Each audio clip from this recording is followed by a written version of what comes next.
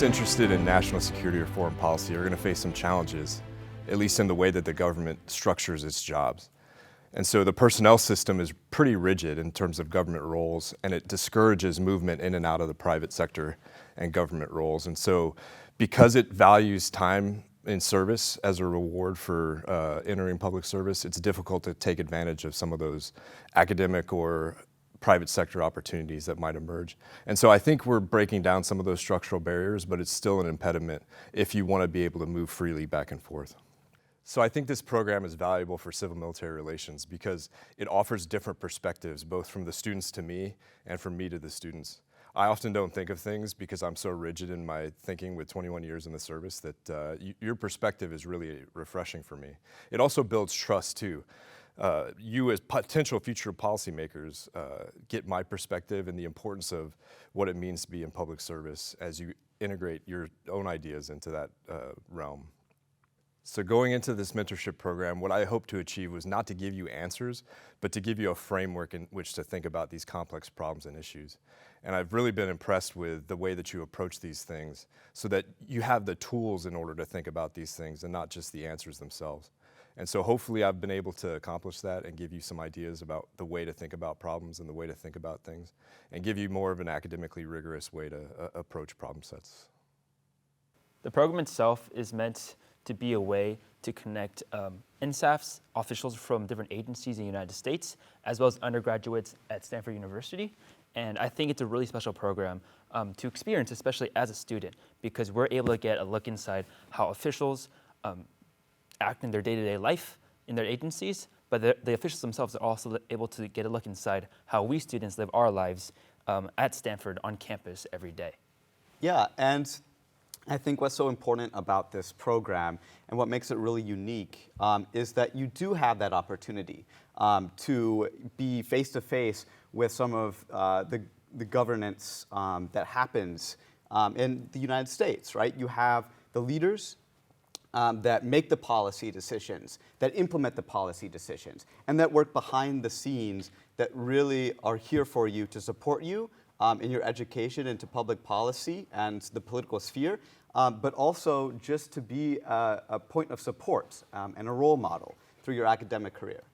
So my mentor was Colonel Nate Gardner of the U.S. Army, and throughout the extent of the program, we worked together not only on a professional basis where we reviewed policy and had an opportunity to learn more about what Colonel Garner does in his day-to-day life in the military, but also to spend time with the people around us, with his wife, Melissa, spending nights at the movies or eating dinner together and having conversations about what it means to grow up and what it means to graduate and to be successful in life. And I think in that way, this mentorship evolved from something that it started off as an opportunity to get to know somebody and really shifted into a point where we became family, where we trusted each other with what is meaningful to us, and it gave us a better perspective on kind of growing up in this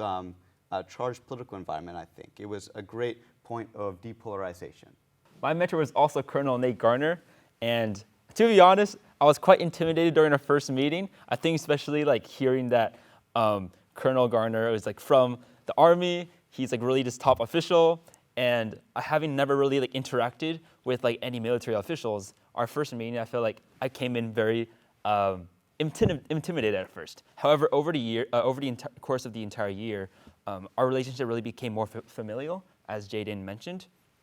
We watched movies together. We went over to his house, met his wife Melissa, ate nachos, had a really fun time, cooked some salmon. And I think these are the moments that really struck with me, because those really showed that at the end of the day, we're all human. We have these different moments that we can connect over, and that is what really is the foundation of our relationship between the student and the mentor. One thing that I learned about Colonel Garner is that he is a leader. And I say this in a way that is very abstract, but on the very first day that we met, you handed us this packet, which was Self-Reliance by Ralph Waldo Emerson. And in this packet, it talked about the importance of authentic leadership and how to communicate yourself and how to find that inner trust. And I think that really speaks to who you are as a person and really helped us grow up together through this program and learn about what it means to not only be specific and intentional with the tasks at hand, something that Colonel Gardner has practiced through his time in the U.S. Army, but more so know how to trust yourself and embrace your own intuition. And that's something that, as a student, that can kind of get lost because being overwhelmed and getting caught up in the day-to-day can really take a toll on you. But taking a step back and taking an opportunity to educate yourself was something that was really important to me. And I believe Colonel Gardner was very impactful in that aspect of my life. Yeah, I'd like to piggyback on that as well. I'd say Colonel Garner, his clarity and his leadership in everything he does really inspires me. I remember one time, and like just throughout the year, I just like write down quotes that he'd say, like even whether that's during classes or meetups. But one time he said something to the I guess, essence of, I'm not special. If every leader felt or heard that, then the world would be a better place. And I think that really struck with me because, especially as leaders, many times we can feel as if we're like the most important person in the room, we're the ones that are leading. But when you lead from humility and when you learn, or when you come from a place where you want to learn and uplift others around you, that is what really true leadership is, right? And really upholding and cultivating a community where everyone feels seen and heard and valued. And I think that was a really important value that he embodied, especially during his career, but also in the room and during our different conversations.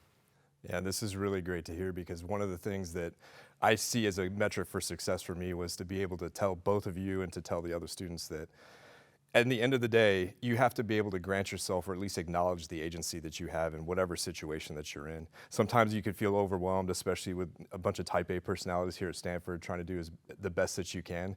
You feel like a lot of things are out of your control when there's a lot that's within your control. And so it's great to hear. I believe that my life has been impacted on an academic level and also a personal level through Colonel Gardner's leadership. One night at dinner, over nachos, we discussed the importance of taking a moment to step back and think about, what have we learned in our lives this week? And you brought that up, and I was pretty shocked by the question because being at Stanford, all it seems like we do is learn. But it took me a moment to kind of think about that, and it was a struggle to figure out what I learned this week.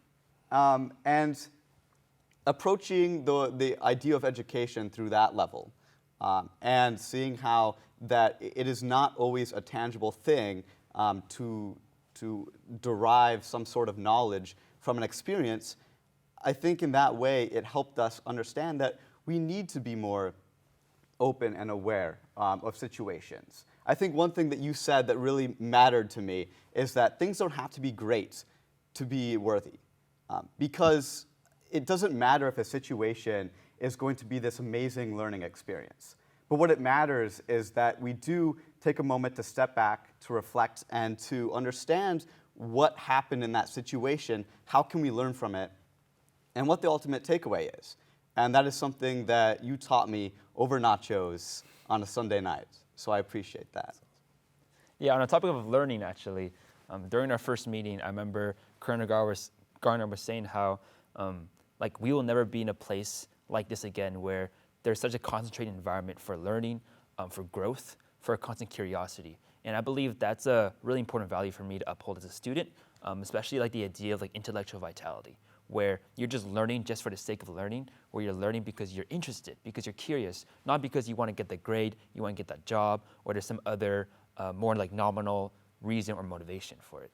And I think that has really stuck true to the classes I'm taking right now, where I'm really trying to always think to myself, am I having fun learning this, right? Is this something I'm interested in? And how can I continue to pursue this, right? How can I continue being curious, researching outside of class, talking to the professors, meeting with the people around me, and just making the most of my time here in a college at a place where everyone is so motivated to learn, ambitious, and has their own drive to do the things that they want to do.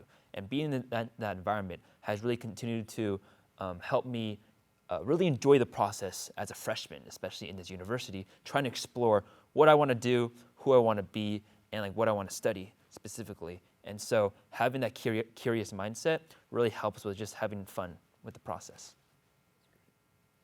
Jaydon, what you forgot to mention was after I asked you what you learned that week, you pulled the Uno reverse card on me, and then you asked me what I learned that week. And I was really impressed with that question. And I thought, you've got to practice what you preach. And so it took me a little bit by surprise, but it was an awesome evening. So Colonel Gardner never hesitates to take an opportunity to educate. I think it was after we watched a movie about the Iraq War. In the car ride home, Colonel Gardner took a moment to dissect every single inconsistency with the movie, down to the commands that were sent out by the personnel. And I think that just embodies your character as somebody who is always looking for an opportunity to view a situation from a different angle. That's taught me a lot about leadership. I know we've had some conversations after class where it's boiled down to me basically berating you with questions about leadership and how to be a better leader and what separates a good from a not so great leader. And you always find an opportunity to look at that question and turn it into an educational moment. And I think that's something that I really revere about that. I really love Colonel Gardner's commitment to making our experience through this class as good as it can be. I believe we as mentees have really made the most out of it and have gained a lot from you and from your teachings. And so I think that has been really, really valuable for me as a mentee. But I think on top of that, what's most valuable for our relationship is that Colonel Gardner really practices what he preaches, in the sense that like he educates. He has a ton of different mindsets, frameworks that he uses to live through life, to lead through life, but he also embodies that in his day-to-day, how he shows up, his different actions. I remember just like every time we meet up, we always like talk about, or I always hear him talk about, the stuff that he's reading, the books that he's engaged in. Every day he always takes time to read and really continue to learn and have that sharp mind. And I think that's really important, especially as back on the previous topic of like intellectual vitality, always being a lifelong learner and always trying to continue to grow and continue to fail, try, become a better person than who you were yesterday. Yeah, I think as we've both mentioned before, this program and specifically the mentorship experience between myself and the rest of my group and Colonel Garner has been very impactful beyond the walls of the classroom because it is a very intimate environment that is cultivated through this mentorship structure. And something that always sticks out to me is that in classes, while we might be in close environments, this is much different because it almost boils down to this family level of spending time together and getting to know one another. It doesn't have to be something that's formal. It's actually quite informal. And being able to be more authentic and take time off from the stressful life that is college is really rewarding. It's great to spend a Sunday grilling salmon or a Tuesday afternoon watching a movie.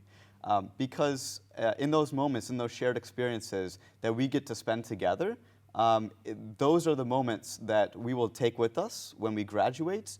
Those are the moments where we get to learn from one another, to laugh with one another. And I think in that way, that has really what's been transformational in my experience. Yeah, this has been way more than just a class, right? It's been really a learning experience, an opportunity for us to meet the officials outside of just their work, right? Meet these people from these top agencies who are doing vastly important work. And again, that were like intimidating for me at first, but has been really a great experience for me to meet them on a human eye-to-eye level, right? Where I'm able to see what everyone, what they like to eat, who they are as a person, how they talk, the jokes that they make during class. Like being able to like see these officials for just as human has been really eye-opening for me. And every time I see something on news related to national security, or if there's something on news that's related to an agency, like that's part of our class, right? I'm able to kind of put a face to the name, put a face to the agency itself.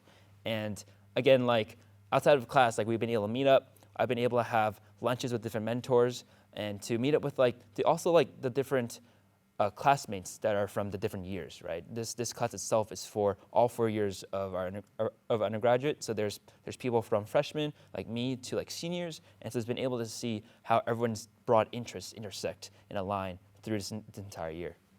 Something I learned that was really valuable to me and very eye-opening was that within national security, the military is an apolitical entity within that, in a sense that they aren't affiliated with any party, right? Their duty as like the military, as the agency, is to carry out the different orders, and it's like through this democracy, the people vote for the different political affiliations of the country, of the government itself, but the military itself has always been an entity that carries out, that executes those orders, but should not be affiliated with a particular party. I believe that's very important and a very important distinction to make, especially in today's politics, because since the military is like the firearm, the firepower of our country, it's really important that they be apolitical and they're more as an entity that carries out the orders, because that mindset I think is very important for the soldiers themselves to do the best job that they can do, without worrying about does this align with my own personal values versus does this align with what I should do professionally. Right. I think what many Americans don't realize is they don't necessarily see what goes on behind the scenes when a policy decision has been made. And to Eddie's point, there is a lot of apolitical behavior that happens, right? Because the behavior must be in the best interest of the United States. And this program has really showed that, because you have this governance structure of everybody from the intelligence community to the policymakers and the diplomacy actors. And then you also have the military that implements the policy in many cases. And to see all of these different agencies come together, not only in the classroom, but see it play out in real life, has been a very fascinating experience. To see that all of these agencies are interconnected and do their part, I think is something that has been very fascinating to me, because while a decision retrospectively might not be or turn out the way we want it to, I think that it has still undergone so many different points of meticulous communication, has been in the best interest of the United States, and has been carried out by the people we've been surrounded by for the past 3 quarters.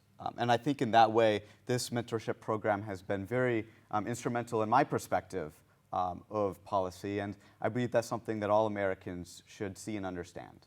What I found most surprising and interesting about how policy is crafted is that there's so many different, mechanisms that go on in the government that just have to keep on going, essentially, right? Like, so for example, like the presidential daily brief, we were talking about in class how for something like that, because different countries operate in different time zones, the government workers might have to be working like at 4 a.m. in the morning in order to churn out the brief and for it to be ready for the president at the beginning of the day. And so I think that's just an example and testament to how how fast-paced and how much work can be and needs to be done, but also like how how fast-paced the work needs to be, and how quickly the people need to get stuff done. And I was like we were reading H.R. McMaster's book for the class, and it was really impactful and inspiring to see all the stuff he did every day. And to me, especially just as a student, I was like, wow, it must be really tiring for an official just to be doing so much work every day to ensure that the national security is upheld for a country. And it's a lot of work. So really cool. Exactly, yeah. Policy is, it has to be crafted very hastily. I think the other aspect of policy is that it, as I said before, it needs to undergo multiple stages of communication among branches. And each agency, whether you're the Department of Homeland Security or the Department of State, all has separate roles in playing into that policy and its implementation. And one thing that we did during the mentorship is that we split off into groups, sat down with a group of people. We're all assigned roles, whether we were the Department of State or the President of the United States. And we all had to play our role that has a purview of what a situation might look like and kind of see how that would play out. For example, we were given a paper with a simulation on it, something that happened abroad, and then our goal was to take that and translate that under the scope of what we do as an agency or department and translate that into effective policy to ensure the best interest of the United States. So I think that gave me the best understanding of how that policy is crafted and what it would look like once it is played out. It was my understanding of civil-military relations has changed in the fact that I've learned about how the families of military officials have to navigate the lifestyle. One of the classes that we had, the different officials brought in their wives, their children, and they talked about how their life is different than a normal, civilian life, where you might just live somewhere and it's stable and you stay there for the entirety of your childhood, versus especially within military lifestyles, a lot of families have to move around. And I thought that was really inspiring and very impactful because some of the families, some of the officials have 5 or 6 kids, they have a ton of children, but they're still able to make it work. And so that was really cool to see and how they're able to balance that, right?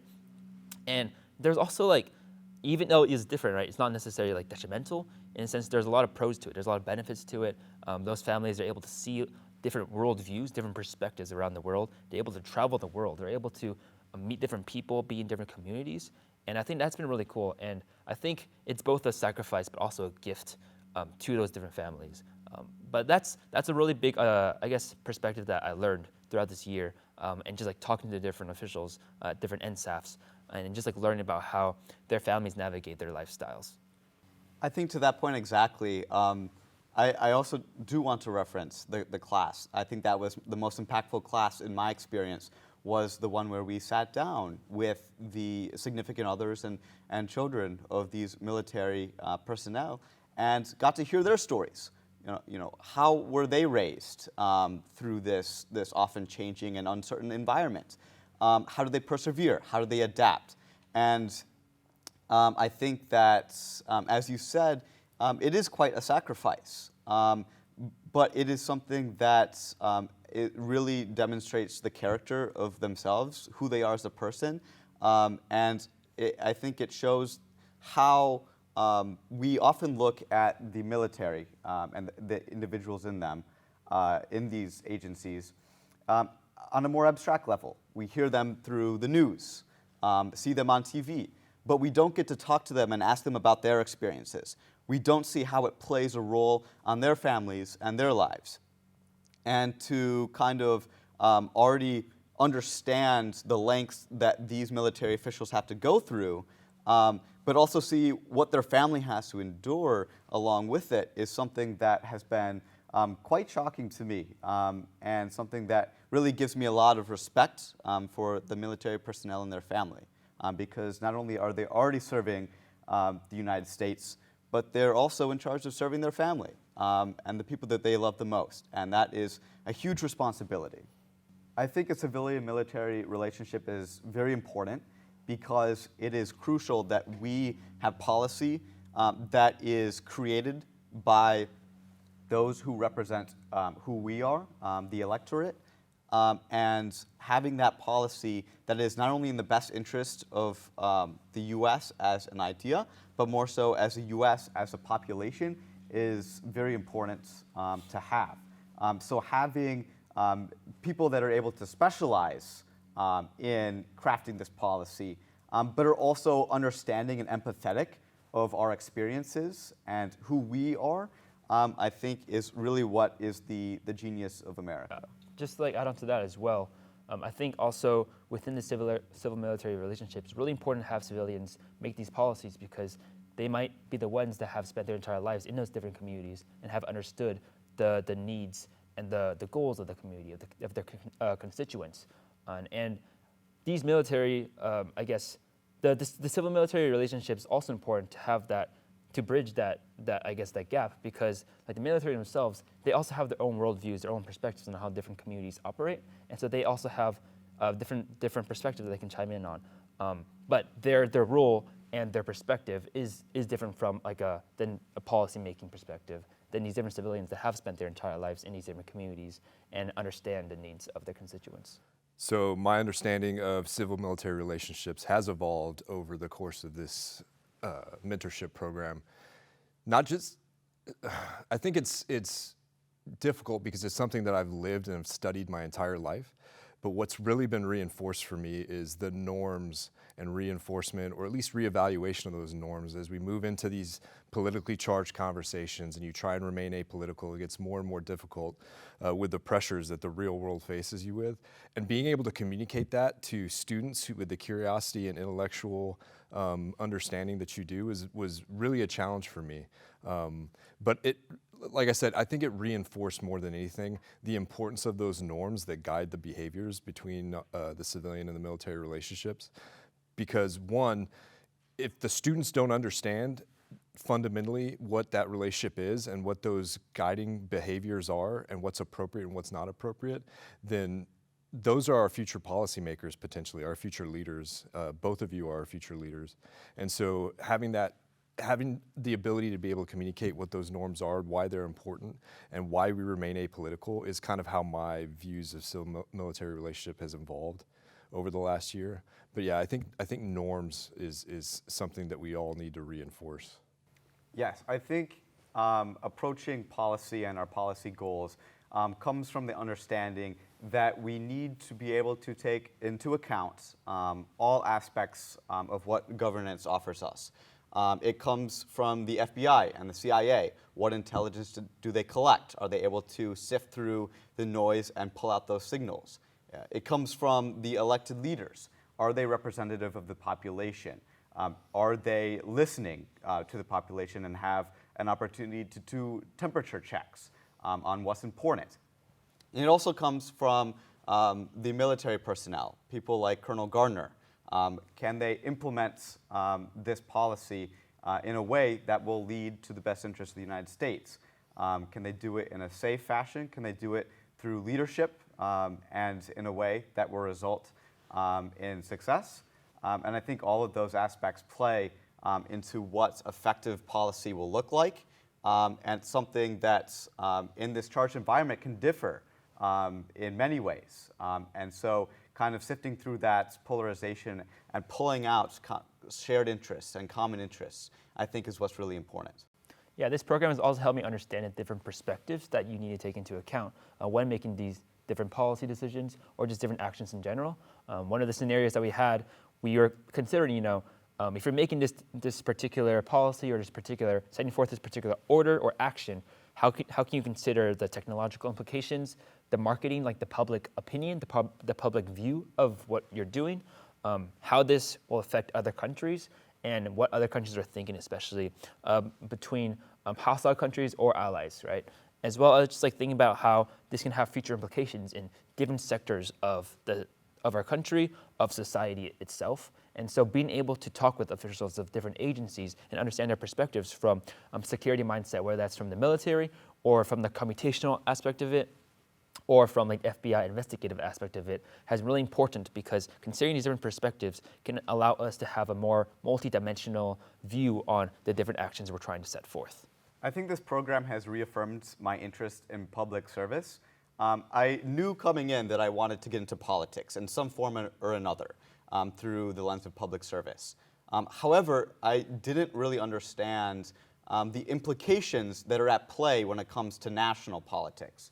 I think being a player, especially learning about how many moving parts that go into public service and the policy implementation phase is at play. I think that focusing my career on national politics and being a guide for the policy that is created through the United States is something that really sticks out to me as an interest. Yeah, and on to the topic of perspectives as well. this has helped me to take into account of national security perspectives and political perspective, especially in a university like Stanford, where STEM, the sciences and engineering are heavily emphasized. It's really important to have that other aspect and to really consider those different perspectives. I came in here really interested in climate and sustainability, and so being able to view that from a national security standpoint is really important as we really determine, over these next 25, 50, 100 years, how do different resources, different minerals, different stakeholders and communities that are affected by climate change, how is that viewed from a national standpoint, right? How can our country ensure that we can protect our civilians against the different effects, the disastrous effects, the catastrophes of climate change? And viewing that from a national security standpoint is really important to see how, the military, the policy, how that will affect change. The most meaningful experience that I had during this mentorship program was Colonel Garner's colonel ceremony. During the ceremony, I had the honor of presenting Colonel Gardner with his 2 silver eagles that he would pin onto his uniform. And that moment reminded me of my experience in Boy Scouts when I was getting to the rank of Eagle, and when that silver eagle was pinned to my chest. I think it really was a meaningful moment from that perspective, as it almost seemed like all of Colonel Gardner's work had culminated to this moment. However, Colonel Gardner is somebody that is not caught up in the pomp and circumstance and the recognition of it all. I think he's somebody that sticks to his books, is somebody that is always looking for an opportunity to better himself, and that is something that I really took away from that experience during that ceremony, because I could see myself in his shoes. I find, for me, the most valuable experience to be every meetup that we have, especially, I think, the first one, because that's what initiated the relationship in general. Like I said before, being able to just understand and just be able to connect with Colonel Garner from human level has been really inspiring and eye-opening for me.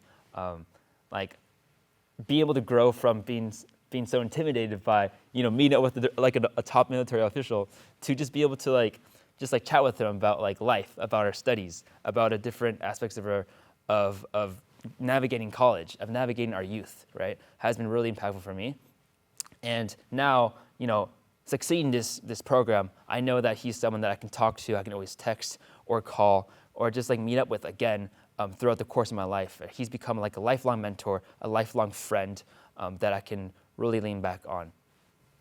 I think I'm more optimistic about the future of the United States through the experience that I have had in the mentorship program. And I say that because through conversations with Secretary Condoleezza Rice, to looking inward and discussing between our mentors and the mentees, discussing maybe looming threats that have faced our nation. There might be a lot of pessimism. There seems to be issues with China overpowering the United States. There seems to be issues with polarization and how that plays as a threat to national security. I think looking back, I do feel a sense that we have a lot of work to do, but I also feel like there is optimism that rises out of that. There's optimism that is more cautious, but there's hope that we can prioritize the issues that face our nation, that we have a better perspective on what we need to do and how to solve it. And I think being at Stanford gives us a great perspective on the technology at hand, the future of what we will be able to use to our benefits, and what can also be used against us. And this mentorship program has tied all of those ideas together and has left us with an understanding that we need to be hopeful but not complacent. And that will serve me very well in my future years in the public service sphere. Yeah, through this program, I felt really inspired, and I've also appreciated the work that the officials have done a lot more. Being able to understand the day-to-day lifestyles of what they do, the different stressful jobs that they have to take every day, and especially being able to hear the different story times that the officials tell about the day-to-day life has also been really eye-opening for me. And that has also just given me so much more respect for these different officials that are putting their lives on the line, that are really working day in, day out, minute by minute, to make these sacrifices for their families, for their country. And that, I think, has just shown that although we as a country have a lot of work still to do, there's a lot of stuff that we still have to do, there's a lot of different directions we still need to take as a country, we're still putting in the work. And I think as long as we put in the work, we will get there we will get to where we want to be as a country, and we will continue to grow. Yeah, I think over the course of the program, my perspective on some of the national security challenges have changed just based on your insights and your moral seriousness. The way that you approach some of these problems is just a different mindset than what I've had. I mean, I'm shaped obviously by my profession, my experiences in Iraq and Afghanistan, my own mentors within the military service who have a different way of thinking, but the fresh perspective that you bring to some of these problem sets, the optimism that you bring to some of these really challenging, difficult situations has made me think again about how I approach some of these things, rethink my own frameworks in order to approach some of these complex problems. And it's given me, like I said, it's given me a renewed perspective and hope for what we have waiting for us in the future, because I know that gentlemen like you, ladies and gentlemen that we've had in this class, are exactly what we need to approach these problems with your mindsets. So the way that my frameworks have changed as I approach national security is I feel like I have benefited just as much, if not more, from this program than I think the mentees have. One thing that I value and I've tried to impart upon them is the network and the value in having a network that you can reach back to. It's not something that you do for personal gain, but it's something you do that can better this relationship of mutual trust that you can take forward with us. And so as I approach my next job, talking to the boss down there, I asked him, what challenges do you think you want me to tackle while I'm here for, I think, a year in order to get after some of these priorities? And when he asked me what I could do, my first inclination was to come back and ask the students what they thought about what I should do about this thing. And so normally where I would look to another mentor, or I'd sit down and start thinking critically about something, I really wanted to get back here and figure out what your perspective was on it. And I think it's really shaped the way that I'm going to go about it. And so it's not necessarily that I'm going to continue to say, hey, how would Jaydon think about this? Or how would Eddie think about this? But if I ever need it, I can reach back, as you said, Eddie, and say, hey, what do you guys think about this problem, right? And that's the most valuable aspect, I think, that I've changed in my approach to national security or other things, really to implement those ideas of what the future leaders should be, and I don't understand why we don't do more of it. So I'm very confident that the future policymakers, the future leaders in the private and academic sectors, especially coming out of Stanford, I'm very optimistic that we're leaving our public policy, our national security, our leadership apparatus in good hands. And so I taught cadets at West Point, and I have my own biases and everything else in terms of discipline, coming here to Stanford to say, what am I getting into?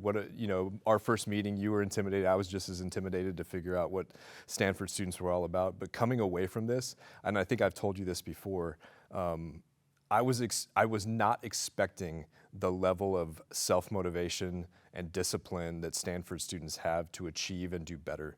Whereas discipline is structured and forced at West Point and enforced often if people step out of line, it's amazing to see the dedication that each of you have to what it is that you want to pursue. Even if you don't know what it is, the curiosity that leads you, the discipline that makes you lock in and study late at night for some of these tests is really quite impressive. And it's manifest in the questions that you ask. It's manifest in the conversations that we have. And so I have the utmost confidence that not just you, but the other mentees in the program and students here at Stanford are exactly what this country needs for both the private sector, in the academic leadership community, and in public service. Great. I think something that's been really impactful and really special about the program itself is that each quarter we're able to hear from different speakers that are renowned within the political public service sector. For example, in the fall quarter, we had H.I. McMaster, a former national security advisor. And so within his talk specifically, something that really stood out to me was his mindset of stoicism, where he really upholds the value of playing well the role that's assigned to him. And especially as a national security advisor, who had to, stay on top of it every minute of every day and really adapt to different changes across time zones, across different countries, across live news, right? It was really inspiring to hear him talk about his own mindsets, his own frameworks, and how he really approaches that. And I think that's really special about the program, because not only are we talking with these different top officials and reading about these different scenarios, but we're also being able to look into the day-to-day lives of these top officials and be able to see how they operate. So I think that one of my favorite takeaways from this mentorship program are the speaker series where the mentors have the opportunity to give a story at the end of every class. And hearing every single mentor describe what their job looks like, maybe on a bad day, maybe it's one of the best days they've had on the job, but nonetheless still portraying a sense of what they do in their lives, it was very monumental to my understanding of not only what the jobs look like, but also what they feel, their emotions that they experience when they're on the job, what they want out of it, what they desire, mistakes that they have made, lessons that they have learned, and how they have adapted and improved. I think those opportunities to step back and, while we might read about it on the New York Times, where we might listen to it on CNN, I think that that is one aspect, one way of looking at an agency and the people within it. But I think hearing about it on a personal level, on an individual level, I think is really what has shaped my understanding of what it means to be a public servant. Somebody who is not always respected, who is often overlooked, but somebody who deserves the recognition, somebody who plays such an impactful role on the future of the United States. I think in that way, those opportunities, that 20 or so minutes at the end of every class has been what has changed my perspective about public service in the United States.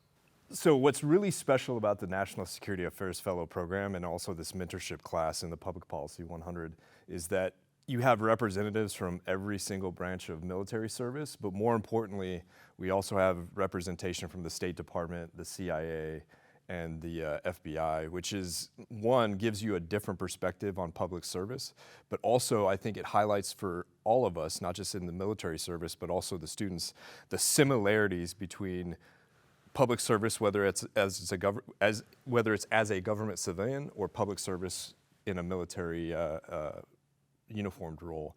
And so I got a lot out of it with our brothers and sisters from the State Department, the FBI, and the CIA.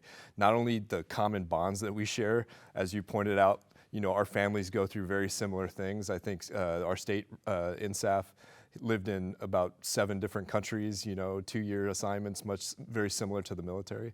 But more importantly, I think it showed kind of a unified perspective to the students to show that it doesn't matter if you're in uniform or if you're not. We're all kind of working towards the same purpose, and there's value in